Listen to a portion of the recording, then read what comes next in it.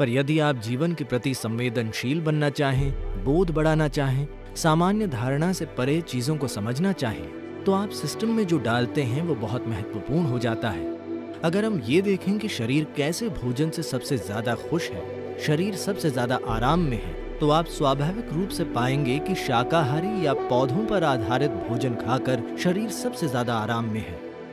मैं दिन में एक ही बार खाता हूँ, जो मुझे पूरे 24 घंटे चलाए रखता है।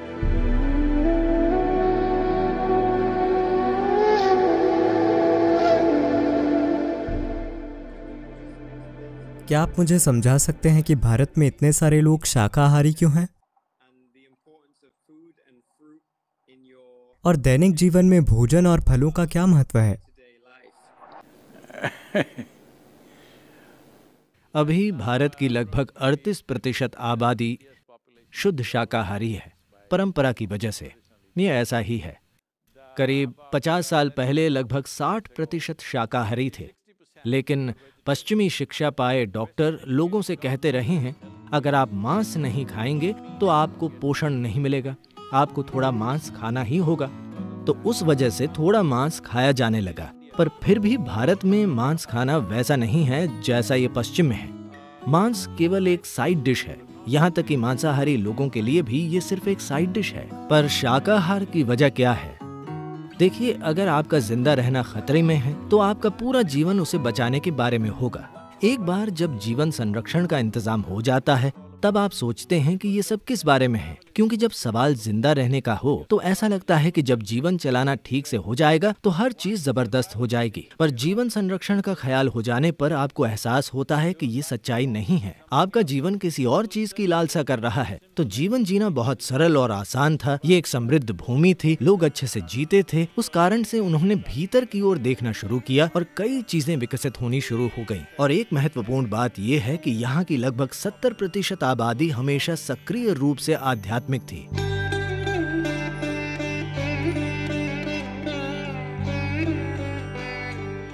भीतर मुड़ना जीवन का एक महत्वपूर्ण हिस्सा था। इस वजह से जब वे भीतर की ओर मुड़े तो उन्हें एहसास हुआ कि वे जो खाते हैं उससे फर्क पड़ता है। यदि आप सिर्फ ताकतवर बनना चाहते हैं तो बहुत सारा मांस खाकर मांसपेशियां विकसित कर सकते हैं और एक दूसरे से लड़ सकते हैं। पर अगर आप ये देख रहे हैं कि जीवन के प्रति संवेदनशील कैसे बने, जिसे सामान्य बोध माना जाता है, उससे परे की चीजों का बोध कैसे करें, तब आप सिस्टम में जो खाना डालते हैं वो बहुत महत्वपूर्ण हो जाता है।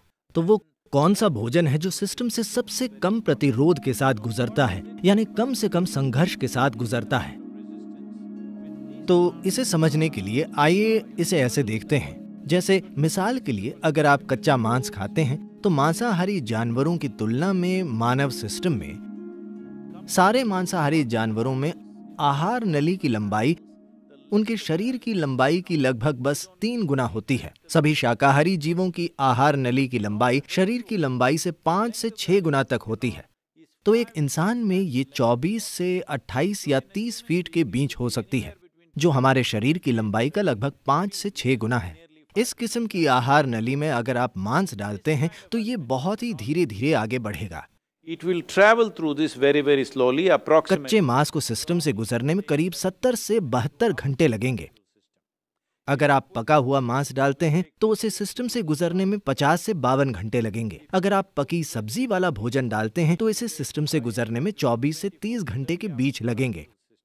अगर आप सिस्टम में कच्ची सब्जियां डालते हैं तो उन्हें सिस्टम से गुजरने में 12 से 15 घंटे लगेंगे। अगर आप सिस्टम में फल डालते हैं तो उसे सिस्टम से गुजरने में 1.5 से 3 घंटे का समय लगेगा। तो हमने ये पहचानना शुरू किया कि वो कौन सा भोजन है जिससे शरीर में कम से कम मल बनता है, कम से कम अशुद्धियां बनती हैं और जो सिस्टम से बहुत शीघ्रता से गुजरता है। क्योंकि योग में ये एक महत्वपूर्ण चीज है। हम सब अभी भी इन चीजों का ख्याल रखते हैं कि अगर हम कुछ खाते हैं तो 2.5 घंटे में हमें भूख लगनी चाहिए, हमारा पेट खाली हो जाना चाहिए, पर हम खाते नहीं हैं। पेट खाली है पर हम ऊर्जावान हैं तो हम खाते नहीं हैं। तो आमतौर पर यहाँ योगा केंद्र में हर कोई सिर्फ 2 बार खाता है। पहला सुबह 10 बजे, दूसरा शाम को 7 बजे बस। मैं ज्यादातर दिनों में सिर्फ 1 बार खाता हूँ। अगर मैं यात्रा कर रहा हूँ तो शायद थोड़ा ज्यादा खाता हूँ, पर आमतौर पर घर पर मैं 1 ही बार खाता हूँ। सुबह या शाम में? तो वो एक भोजन आप कब करते हैं? आमतौर पर मैं शाम के 4:30 से 5 बजे खाता हूँ, जो मुझे पूरे 24 घंटे चालू रखता है। ये कोई नियम नहीं है, बात बस इतनी है कि जरूरत इतनी है। तो मान लीजिए किसी दिन बहुत ज्यादा शारीरिक काम है, तो आप एक छोटा नाश्ता खा सकते हैं या कोई फल या ऐसा ही कुछ खा सकते हैं। Food is not to be made into a philosophy or a kind of भोजन को फिलॉसफी या कोई धार्मिक प्रक्रिया नहीं बनाया जाना चाहिए। भोजन शरीर की जरूरत है। अगर हम इस पर गौर करें कि शरीर किस तरह के भोजन से सबसे ज्यादा खुश है, शरीर सबसे ज्यादा आराम में है, तो आप स्वाभाविक रूप से पाएंगे कि शाकाहारी या पौधों पर आधारित भोजन खाकर शरीर सबसे ज्यादा आराम से और सहज है। ये शरीर लचीला और आराम में है और इसे रोजाना कम काम करना पड़ता है। तो स्वाभाविक रूप से जिन्होंने अपने शरीर की प्रकृति पर गौर किया, वे सहज ही शाकाहारी बन गए। जब सवाल जिंदा रहने का था तो कुछ भी शिकार करना और उसे मारकर खाना एक स्वाभाविक प्रक्रिया थी।